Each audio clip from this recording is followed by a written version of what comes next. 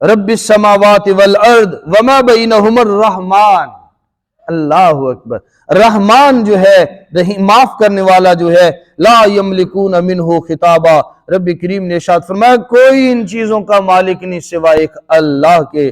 رب کریم نے فرمایا اور اس کے اندر کیا کیا صفات ہیں. یوم یقوم الروح، ایک دن آئے گا لوگو روح اور ملائکہ. روح کون ہے؟ جناب جبریل ہے. والملائکہ فرشتے صفن، صفیں بنا کے کھڑے ہوں گے. پورا جہاں ہوگا لا یتکلمون الا من اذن لہ الرحمن. اس دن اس اللہ سے کوئی بات نہیں کر سکے گا، کسی کی جرت نہیں ہوگی اٹھ کے کوئی بات کہہ سکے یا کلام کر سکے.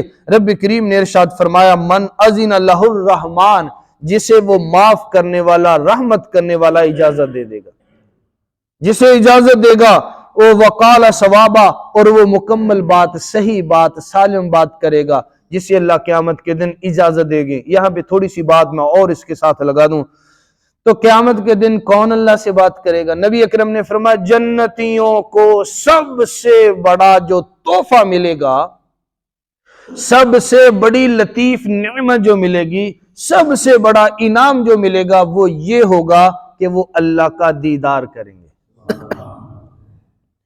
نبی اکرم صلی اللہ علیہ وسلم نے ارشاد فرمایا کہ 7 قسم کے لوگ ایسے ہوں گے جب کل قیامت کا دن زمین تانبے کی، آسمان چھٹ جائے گا. کل ہم نے آیت میں پڑھ بھی لہا آسمان پھٹ جائیں گے، زمین لپیٹ دی جائے گی، پہاڑ چل پڑیں گے، تانبے کی زمین ہوگی. اس دن چند ایک بندے عرش کے سایہ تلے ہوں گے. اللہ وہ ہمیں بھی نصیب فرمائے. سب سے پہلے علماء فرماتے ہیں ایک روایت میں 7 قسم کے آدمی ہیں، تو چند ایک آدمی ان میں سب سے پہلے عادل امام ہے، بادشاہ ہے، جو بھی ذمہ دار ہے، عدل سے ججمنٹ میں فیصلے کرنے والا ہے. اب تو ہمارے پیسوں سے ججمنٹ بکتی ہے، قلم بکتا ہے، عدالت بکتی ہے، قانون بکتا ہے، امام بکتا ہے، مقتدی بکتا ہے، جسے پیسے دو بدل دو، صبح اور شام اور ہر چیز بکتی. جو نہ بکنے والا، جو نہ جھکنے والا اپنے ضمیر کا سودا نہ کرے تو پتہ ہے میرے ضمیر نے مجھے بتا دیا جو میں یہ چیز نکال کے اپنی جیب میں ڈال رہا ہوں یہ میری نہیں ہے. میرا ضمیر بتا رہا ہے یہ میں کسی کے نقصان کر رہا ہوں، یہ چیزیں میری نہیں ہیں، دل بتاتا ہے. اللہ کے نبی نے فرمایا عادل بادشاہ، عادل جج، عادل آدمی جس کی ذمہ داری بنی لگی، خواہ وہ گھر کا مالک ہو، خواہ وہ ایک تحصیل کا مالک ہو، خواہ وہ دیہات کا مالک ہو، خواہ وہ کسی بھی جگہ اس کی ڈیوٹی لگے، وہ فرمایا وہ بڑا ہو جس کے ہاتھ سے فیصلے چلیں، وہ عدل سے نظام چلائے. کل جب قیامت کے دن کوئی سایہ نہ ہوگا، کوئی درخت نہ ہوگا، اللہ اسے عرش کے نیچے سایہ عطا فرمائیں گے. نمبر 2، نبی اکرم صلی اللہ علیہ وسلم نے فرمایا 2 بندوں کی دوستی آپس میں. یہاں بھی جو بھائیو میں یہ عرض کرنا چاہتا ہوں، میں نماز کا رسہ پڑھا رہے ہوتے ہیں پیچھے، ہمارے نمازی جتنے بھی ہیں صفوں میں فرق ڈال کے کھڑے ہوتے ہیں، کوئی فائدہ نہیں ہے. میرے نبی نے فرمایا جب نمازی علیحدہ ہو کے کھڑے ہوں گے نا، ہم کتنی دیر سے نماز پڑھ رہے ہیں، 30-20 سال سے نماز پڑھ رہے ہیں، مگر ایک دوسرے سے سارے نفرت کر رہے ہیں. ورنہ آپ یہ ماسٹر جی بیٹھے ہیں اسکول کے اندر، جو طالب علم ہے نا، بچے پڑھتے ہیں، اللہ کی قسم وہ 1 سال اکٹھے رہنے، ان کی دوستیاں ٹولیاں بنتی ہیں، وہ اکٹھے جا کے پروگراموں پہ جاتے ہیں، گھومنے پھرنے اکٹھے جاتے ہیں. میرے دوست ہیں، میرے کلاس فیلو ہیں، روم میٹ ہیں میرے، یہ کلاس فیلو ہیں. تو نمازی 40 سال سے نماز پڑھ رہے ہیں، ایک دوسرے سے سلام لے کے راضی نہیں ہے. ایسے ہی نا جی، کیوں نہیں راضی؟ اللہ کے نبی نے فرمایا جب تم فاصلہ ڈال کے جب نماز میں کھڑے ہوگے اللہ تمہارے دل بدل دیں گے. میں دیکھا نماز پڑھتے ہوئے اتنے فاصلے پہ کھڑے، اس کے اندر بچہ کھڑا ہو جائے. نبی اکرم نے فرمایا جب کوئی نمازی ایک دوسرے سے علیحدہ کھڑا ہوگا اللہ اس میں شیطان کا بچہ بھیج دیں گے جو بکری بن کے کھڑا ہو جائے گا، جو دل پھیر دیں گے. نماز کا مقصد تو ایک جماعت، ایک ان کا دل، ایک ان کا ذہن، ایک ہو، ایک دوسرے سے محبت کرنے والے ہو جائیں. بیمار ہوتے ہیں ایک دوسرے کی بیمار پرسی کے نہیں جاتے. کئی جگہ ایسے ماحول ہیں، نمازیوں کے اپنے معاملات ہیں، وہ مل کے چلتے ہیں، مل کے فیصلے ہوتے ہیں، مل کے سارے. ہمارے تو ہے ہی نہیں. کیوں نہیں ہے؟ ہمارے دل ہی نہیں جڑ رہے، ہم علیحدہ علیحدہ ہیں، ہم ایک دوسرے سے وقفے پہ کھڑے ہیں. میرے نبی نے بڑی سختی سے منع فرمایا جماعت میں مل کے کھڑے ہو. ہم یقیناً علیحدہ علیحدہ کھڑے ہوتے، صفوں میں جگہ ہوتی ہے. تو رب حکم الحاکمین نے فرمایا اللہ کے نبی صلی اللہ علیہ وسلم نے فرمایا کہ جو آدمی عرش کے سایہ تلے ہوں گے ان میں وہ 2 آدمی بھی ہوں گے جن کی تعلق جن کا رابطہ، جن کا رشتہ، جن کا دوستی صرف اللہ کے لیے ہو، نمازی ہے بھائی، یہ امام صاحب ہیں، یہ فلاں آدمی اچھا ہے، اس سے صرف اللہ کے لیے دوستی ہو۔ اب ہمارے دوستیاں لالچ کی ہیں، یا گھروں کے اندر حسن کی ہیں، یا بے حیائی کی ہیں، اس کے علاوہ کچھ بھی نہیں ہے۔ میرے نبی نے فرمایا دوستی آپس میں اللہ کی رضا کے لیے، جب تم دوستیاں رکھو گے، ہاتھ تم ملاؤ گے، چھوڑنے سے پہلے اللہ دونوں کے گناہ معاف کر دیں گے۔ دوسری بات، تیسری بات، نبی اکرم صلی اللہ علیہ وسلم نے فرمایا آپ کے لیے خوشخبری جو نمازی ہے، جن کا دل نماز میں اور مسجد میں اٹکتا ہو، میرے نبی نے فرمایا کل قیامت کے دن اللہ اسے بھی عرش کا سایہ نصیب فرمائیں گے۔ اور چوتھی بات، نبی اکرم صلی اللہ علیہ وآلہ وسلم نے ارشاد فرمایا ایک نوجوان لڑکا ہے، اسے کوئی حسین اور دولت مند لڑکی عورت بلائے اپنی طرف گناہ کرنے کے لیے، وہ کہے نہیں میرا اللہ دیکھ رہا ہے، یہ کام بہت مشکل ہے۔ ہم تو نوجوان بچے تو بس یہی لگے کہ لڑکیوں سے بے حیائی کی باتیں کریں، میں لڑکیاں لڑکوں کے لیے، لڑکیاں لڑکوں کے لیے، لڑکے لڑکیوں کے پیچھے اس طرح لگے ہوئے ہیں۔ آج بے حیائی کا دورہ ہے، پہلے تو کبھی سنتے تھے، آج تو باغ بنے پڑے ہیں، منڈیاں لگی پڑی ہیں حسن و جمال کی۔ میرے نبی نے فرمایا نوجوان کو کوئی حسین لڑکی اپنی طرف مائل کرے، اب تو مائل کیا جا رہا ہے، منڈیاں بازار لگ رہے ہیں، گھروں کی شریف گھروں کی بیٹیاں اپنے آپ کے جسموں کو موبائل پہ دکھا رہی ہیں، اب کہاں بچنے والی بات بچی ہے؟ تو نبی اکرم صلی اللہ علیہ وسلم نے فرمایا نوجوان کو لڑکی بلائے، وہ کہے نہیں میرا اللہ مجھے دیکھ رہا ہے، اس کا یہ ایک جملہ جو ہے اسے کل قیامت کے دن عرش کے نیچے سایہ عطا فرما دیں گے۔ تو آخر کے اندر نبی اکرم صلی اللہ علیہ وسلم نے فرمایا نمبر 5، جس کی جوانی نوجوان کی اللہ کی عبادت میں لگی ہو، جس کی نوجوان کے سجدے اللہ کے سامنے جھکے ہوں، اور نوجوانوں آپ کے سجدوں کی اللہ نے بڑی قیمت رکھی ہے۔ نبی اکرم صلی اللہ علیہ وسلم نے فرمایا جس کی جوانی اللہ کے سامنے جھکے، جو نوجوانی عبادت میں لگے، گناہوں کا تذکرہ نہیں، انسان سے خطائیں ہوتی ہیں، پورا کامل کوئی بھی نہیں ہے انبیاء کے علاوہ، ہر سے غلطی اور خطا ہو جاتی ہے، مگر نوجوان اذان ہوئی، چھوڑ دیو بھائی میرا اللہ مجھے بلا رہا ہے، بھاگ پڑے، اللہ مجھے بلا رہا ہے، آ جائے اللہ کی طرف۔ فرمایا اللہ نے فرمایا یہ تیری چنتا، یہ تیرے دل کا اضطراب، یہ تیرا مضطرب ہونا، یہ تیرا نماز کے لیے بے چین ہونا، جب تو جلدی سے اللہ کی طرف آئے گا اللہ تیرے لیے جنتیں بنا دیں گے۔ تو لہٰذا نبی اکرم صلی اللہ علیہ وسلم نے فرمایا چند قسم کے لوگ جو ہیں اللہ قیامت کے دن عرش کے سایہ تلے نے جگہ عطا فرمائیں گے۔ رب کریم نے ارشاد فرمایا لا یتکلمون الا من اذن اللہ الرحمن، نہیں اللہ کلام کریں گے کسی کو اجازت نہ ہوگی مگر جسے اللہ اجازت دیں گے۔ ذالک الیوم الحق، وہ فیصلے کا دن ہوگا، وہ حق کا دن ہوگا، وہ فیصلے کا دن گھڑی ہوگی۔ فمن شاء اتخذ الی ربہ مآبا، اب جو اللہ ہمیں ساری بات بتانے کے بعد ہمیں کیا کرنا ہے، رب کریم نے فرمایا فمن شاء، اے چھیالی کے لوگوں، اے دنیا کے لوگوں، اگر تمہارا دل ہے رب تیرا مہمان نواز ہو، تو مہمان بن کے جائے، کل کوئی سایہ نہ ہو، عرش کا سایہ اکیلا عرش کا سایہ نہیں ہوگا۔ آپ کے گھر ماڑے سے ماڑے گھر میں مہمان چلے جائیں، وہ پانی تو پلاتا ہے، وہ چائے تو پوچھتا ہے، وہ کوئی نہ کوئی اور تواضع تو کرتا ہے نا۔ ہم جب اللہ کے مہمان بن کے عرش کے سایہ تلے ہوں گے، اکیلا سایہ نہیں ملے گا، اللہ کی رضا بھی ملے گی، اللہ کی رحمتیں بھی ملیں گی، اللہ کے انعام بھی ملیں گے۔ نبی اکرم صلی اللہ علیہ وسلم کو حکم، میرے پیغمبر بتا دو، فمن شاء، جو آدمی چاہتا ہے قیامت کا دن ہو رسوائیوں سے بچ جاؤں، قیامت کا دن ہو اللہ کے عذاب اور قہر سے بچ جاؤں، قیامت کا دن ہو میں دھوپ سے بچ جاؤں، جہنم کی ہولناکیوں سے بچ جاؤں، حمیم و غساقا اس سے بچ جاؤں، آج ٹائم ہے۔